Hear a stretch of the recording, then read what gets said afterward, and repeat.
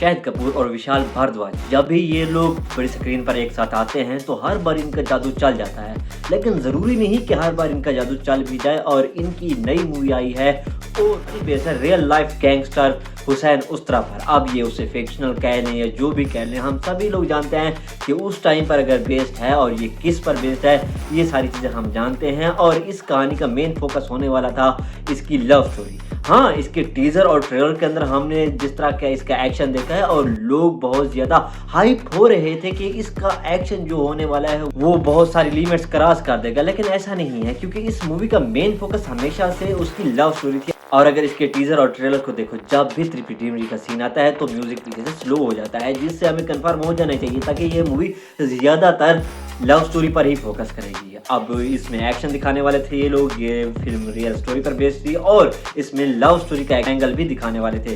तो क्या ये सारी चीज़ें ये मूवी पुल ऑफ कर पाती है? तो सबसे पहले बात करते हैं शाहिद कपूर के बारे में। इस मूवी का मेन हीरो जिसने हुसैन उस्तरा का किरदार अदा किया है, और उस बंदे ने पुल ऑफ करने में बहुत ही कोशिश की है। और इसको देखते हुए लग रहा था कि हाँ, ये बंदा कोशिश कर रहा है कि रियल लाइफ गैंगस्टर बन सके, या उस टाइम पे किस तरह के गैंगस्टर होते थे और उनके जिस तरह का गैंग होता था। हाँ, इसके गैंग पर भी फोकस किया गया है। आपको उसके नाम याद नहीं रहेंगे, लेकिन जिस तरह की वो हरकतें करते हैं, जिस तरह के गैंग होते हैं, गाली गलोच होती है, इसमें आपके मुंह पर गालियां थोपी नहीं गई।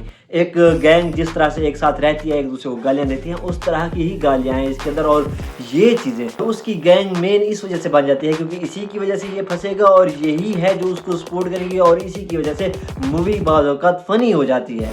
और दूसरी तरफ देखते हैं हम तृप्ति डिमरी का करैक्टर, जब वो शाहिद कपूर से मिलने आती है और उसे एक टारगेट देती है, और जब वो उसको टारगेट को पूरा करता है और जिस तरह का बॉन्ड उनके बीच में बनता है, इनको प्यार हो जाता है, तो यहाँ पर मूवी थोड़ी सी छूट जाती है क्योंकि इनको जो लव स्टोरी दिखानी थी वो लगभग लोगों को हिट करनी चाहिए थी। लेकिन उस तरह का करैक्टर किस तरह का था रियल लाइफ में और रियल लाइफ में दोनों में जिस तरह से उसे पहले दिखाया गया है, तो कोई चांस ही नहीं बनता कि वो तृप्ति डिमरी से मोहब्बत करेगा। मैं ये नहीं बताना चाहता रिव्यू के अंदर कि वो किस तरह का करैक्टर था, लेकिन अगर तुम्हें इनकी लव स्टोरी दिखानी है तो कोई ऐसा पॉइंट तो ज़रूर डालना चाहिए था जिसकी वजह से इन्हें मोहब्बत हो जाती, जिसकी वजह से ये एक दूसरे के साथ अटैच हो जाते। लेकिन ऐसा नहीं है, एक रैंडम से ही इन्हें एक दूसरे से प्यार हो जाता है और इस प्यार के पीछे इतना पागल हो जाता है कि ये स्पेन तक पहुंच जाता है। जी हाँ, इस मूवी का फर्स्ट हाफ इंडिया के अंदर है, सेकंड हाफ स्पेन के अंदर है, और इसमें दाऊद इब्राहिम के भी रेफरेंस डाले गए हैं और यहाँ तक कि उसे मार दिया गया है मूवी के अंदर। मुझे लगता है कि आज तक उस बंदे की मौत की कंफर्मेशन नहीं आई है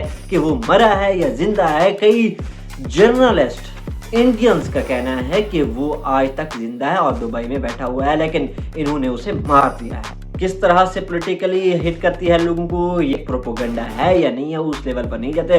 सिर्फ हम एक सिनेमैटिक रिव्यू करेंगे। तो इसमें शाहिद कपूर तृप्ति डिमरी के बाद जो एक्टिंग अच्छी लगी है मुझे वो है नाना पाटेकर की, क्योंकि जब भी ये बंदा स्क्रीन पर आएगा तो ये आपको एक अलग ही लेवल पर ले जाएगा और उसे देखते हुए जो आपको मजा आने वाला है। इसके अलावा क्योंकि इसका नाम पहले अर्जुन उस्तरा होने वाला था और हम लोग जानते हैं कि हुसैन उस्तरा लोगों को उस तरह के साथ मारता था, और एक सीन पर शाहिद कपूर लगभग 30 से 40 उस्तरे का इस्तेमाल करता है लोगों को मारने के लिए, और उन्हें फेंक रहा होता है और लोग मर रहे होते हैं।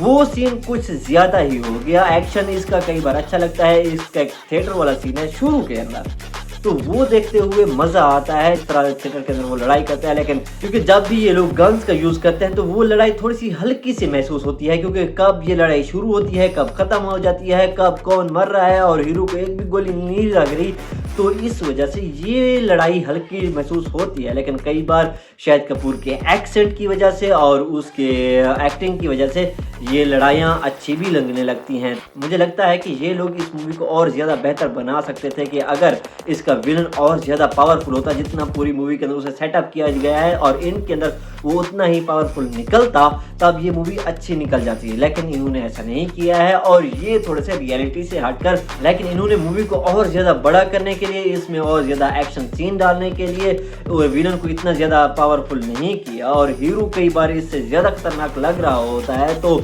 वहाँ पर जब इसका विलन मारा जाता है तो इतना ज़्यादा फील नहीं होता कि इसने कितनी बड़ी अचीवमेंट हासिल कर ली है। मुझे लगता है कि अगर इन लोगों ने रियलिटी के करीब रहकर इस मूवी को बनाया होता जिस तरह से असल में हुआ था, तब ये मूवी लोगों को ज़्यादा हिट करती है।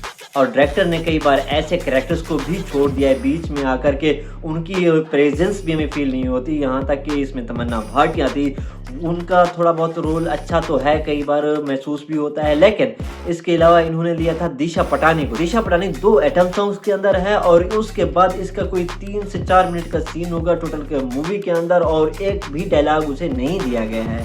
तो इस तरह से कई कैरेक्टर्स को उनकी असल जगह भी नहीं मिल पाई, जिसकी वजह से ये मूवी लोगों को हिट ना कर रही हो। ऊपर से इन्होंने 6 गाने डाल दिए हैं मूवी के अंदर, जो कि इस मूवी की लेंथ को बढ़ा देते हैं। लगभग ये मूवी 3 घंटे की है। तो ये थे मेरे ओपिनियन ओ रोमियो को लेकर। आपके क्या कहना है इस बारे में मुझे कमेंट में ज़रूर बताएं, या फिर कुछ भी देखकर या सुनकर मजा आया हो तो चैनल को सब्सक्राइब ज़रूर कर दें।